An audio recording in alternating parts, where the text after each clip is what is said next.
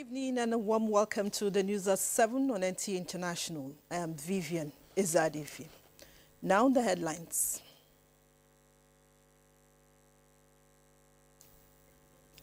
Federal government moves to tackle medical tourism, inaugurates cancer center in Ebonyi State. Farmers in the Federal Capital Territory express hope for a bountiful harvest. Plus, Pope Francis thanks medics for care, misses delivering Angelus prayer in person.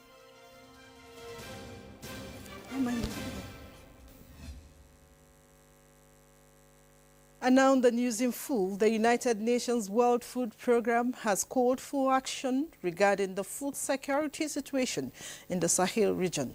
A statement, the agency reports that its program will end in April unless emergency funds can be secured. The statement adds that chronic hunger is being driven by conflict, displacement, economic instability, and severe climate shocks affecting over 6 million people across West Africa. The UN Food Agency urgently required $620 million to ensure continued support for crisis-affected people across the Sahel and in Nigeria over the next 6 months. An estimated 52.7 million women, men and children are projected to experience acute hunger between June and August 2025, according to the latest regional food security analysis.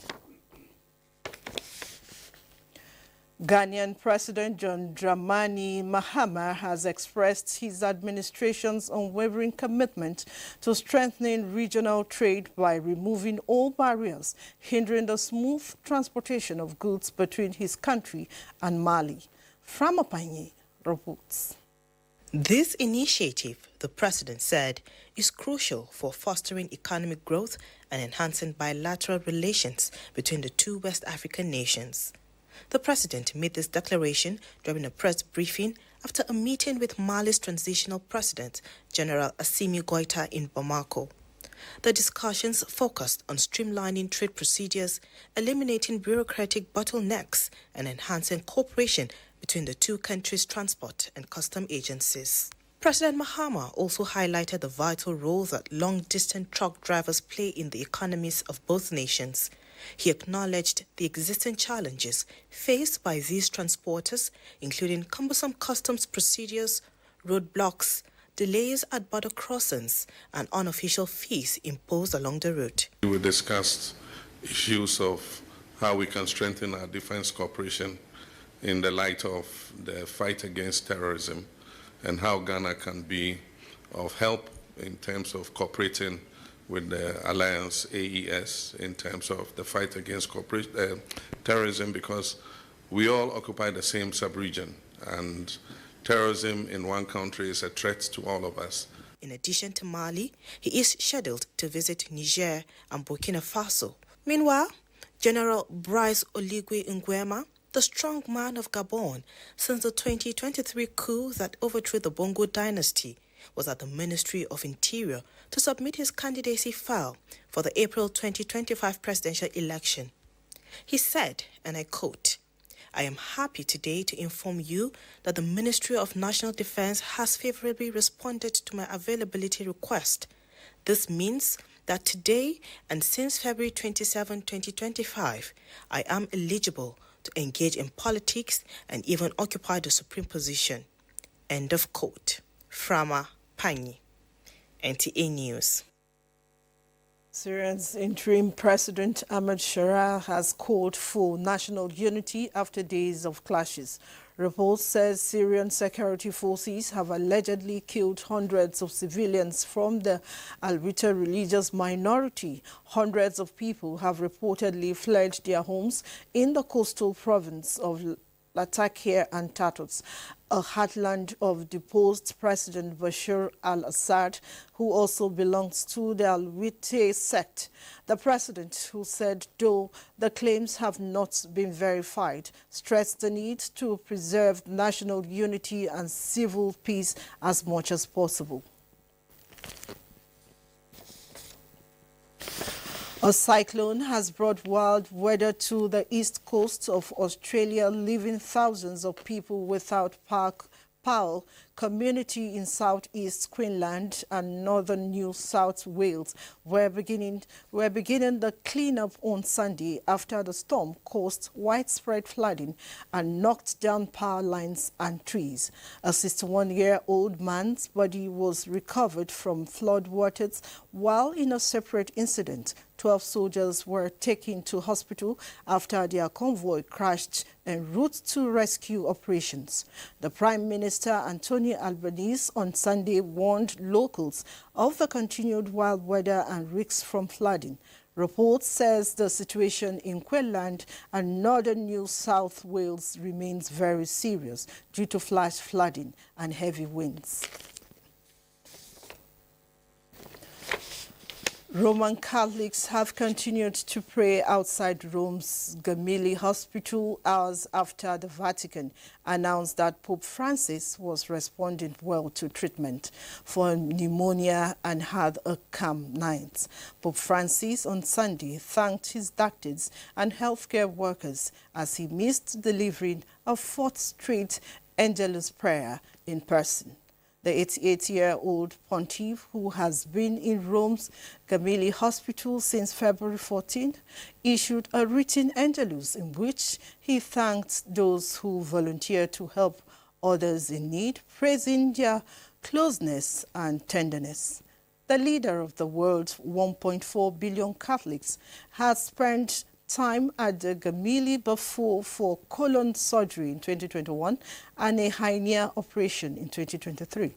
Reports say this hospitalization has been more serious, with Francis suffering several respiratory crises, prompting fears that his recovery will be long or might force the elderly pontiff to resign.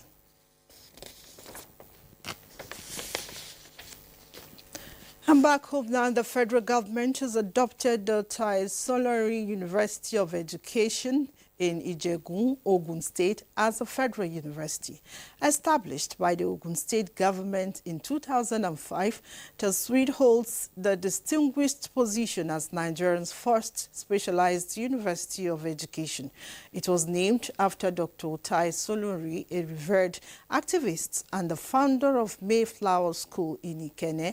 As a federal institution, TASWID will be the first federal-owned tertiary school in Ogun East Senatorial District with a well-developed infrastructure and academic program. The transition requires minimal federal investment. President Tinubu approved the adoption on Friday and thanked the Ogun State government for inviting the federal government to take over the school, one of the state's best educational assets. The federal government has converted the Gombe state government-owned General Hospital, Kumo, into a federal medical center. The Kumo Federal Medical Center is the second federal medical institution in the state after the Federal Teaching Hospital in Gombe. The Kumo Federal Medical Center will serve as a tertiary health hospital, contribute to the training of medical personnel, and boost healthcare service in Gombe State and the Northeast generally. Governor Muhammad Inuwa formally requested the takeover of the facility. President Tinubu approved the requests, given the poor maternal and neonatal mortality indices in the northeastern region and other health indicators in Gombe State. President Tinubu also commended Governor Yahaya for prioritizing the welfare of state citizens and stressed that the takeover will improve the state's healthcare delivery system.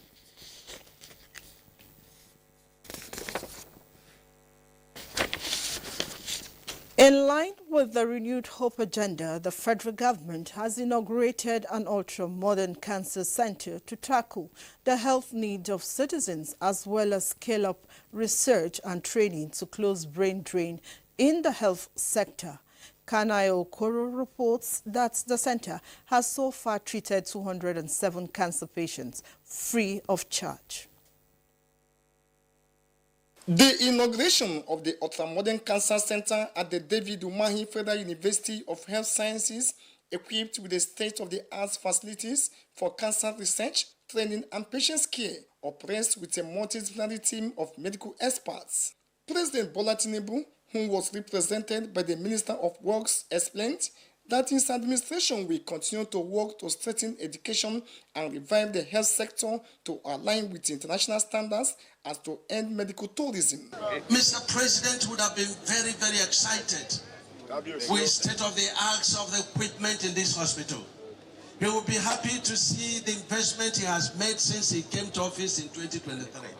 He has improved a lot.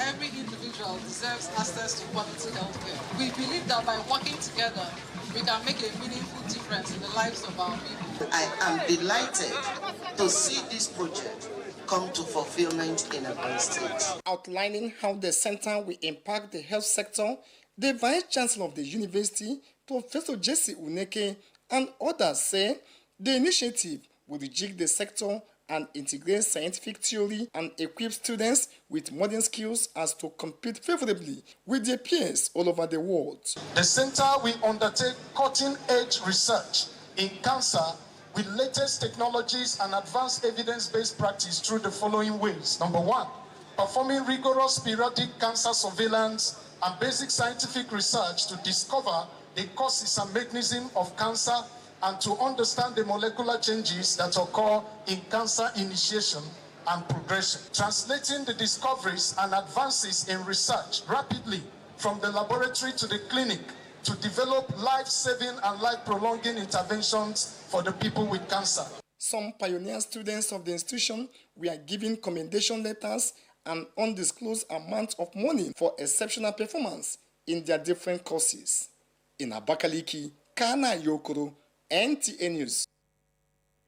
Barely 3 weeks after launching a manhunt for him, operatives of the National Drug Law Enforcement Agency, NDLEA, have arrested an automobile spare parts dealer over attempts to export 2 kilograms of cocaine concealed in vehicle propellers to Angola, as large consignments of opioids and related substances were recovered in Abuja, Kano, Benue, Osun, Edo States during the NDLEA raids within the week under review. Salwa Khalil Ibrahim brings us details. The cocaine consignment, which was scheduled for shipment to Angola, was seized at a logistics company in Lagos.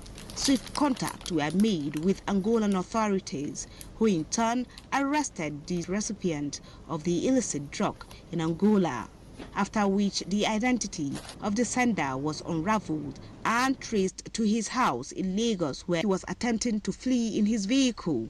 A search of the vehicle led to the recovery of a large quantity of phenacetin, a cutting agent for cocaine, weighing 75.50 kilograms, packed and branded as Semolina, was recovered from his house. Meanwhile, NDLEA operatives at the import shed of the Murtala Mohammed International Airport, Ikeja, Lagos, have intercepted a cargo of cannabis candies imported from the United Kingdom and meant to be sold at a kiddies mart in Lagos. All parties involved in the shipment have been arrested. In Kano, a 65-year-old man was nabbed with 19.2 kilograms conch along Gadar Tamburawa Road, while another 60-year-old man was arrested with 212 bottles of codeine-based syrup at Kumboso Local Government Council area. No fewer than 446,594 pills of tramadol and other opioids, as well as 1,274 bottles of codeine syrup were recovered by NDLEA operatives who raided a house of a 37-year-old female suspect in Abia State. In Abuja, Salwa Khalil Ibrahim, NTAi News. This is the news on NTAi International. It's time to take a short break. More reports when we return. Stay with us. Welcome back. Speaker of the House of Representatives Tajuddin Abbas says Nigeria needs women to be at the forefront of development. Speaker Abbas converses empowerment of women right from childhood, saying they are critical to the development of any nation. He therefore called for their deployment at the forefront when executing developmental projects and programs at various leadership levels. He notes that as Speaker of the 10th Assembly, he has been leading campaigns for the protection of the girl child and the inclusion of women in politics and governance in Nigeria due to their critical roles in the society. While congratulating Nigerian women as they mark International Women's Day, Speaker Abbas says the time is apt for accelerated action on women inclusion in governance. As the world marks another International Women's, you are powerful, you are unstoppable. Director General National Agency for the Control of AIDS, Temitope Ilori, honored the strength, resilience, and leadership of women living with HIV, saying they are powerful and unstoppable. She says they face not only the virus, but also the stigma, discrimination, and systemic barriers, yet they continue to rise, fight, and demand your rightful place in this world. As mothers, daughters, sisters, leaders, advocates, and warriors, the women living with HIV have refused to be silenced. Rather, they are breaking down barriers, shattering stigma, and changing lives, not just for themselves, but countless others who look up to them for hope and inspiration. As they celebrate the Women's Month, the NTAi boss assured them of government continued support and commitment to a future where every woman, regardless of her HIV status, has access to health care, dignity, and the respect she deserves. The Custom Officers' Wife Association, COA, says it will continue to empower women to reach their full potentials so that they can provide meaningful support for their spouses, families, and the society at large. COA President Kikelemo Adeniyi, in a message at a program to mark this year's International Women's Day, held at the Customs headquarters in Abuja, noted peace and tranquility in every custom officer's home is non-negotiable. For them, it's effectively carry out their duty to the nation. Tokwe Alabi reports. Gathered here are the wives of customs personnel, and the association is galvanizing support for their spouses not to be found wanting while balancing their career with the home front. COA President Kikelemo Adeniyi, in a message, recognizes strides made so far and advised members to continue to traverse boundaries as it advocates more inclusive and equitable world. There's room for a woman to do more than 9 things at a time. Perfect yourself in a particular business. Leverage it on your passion.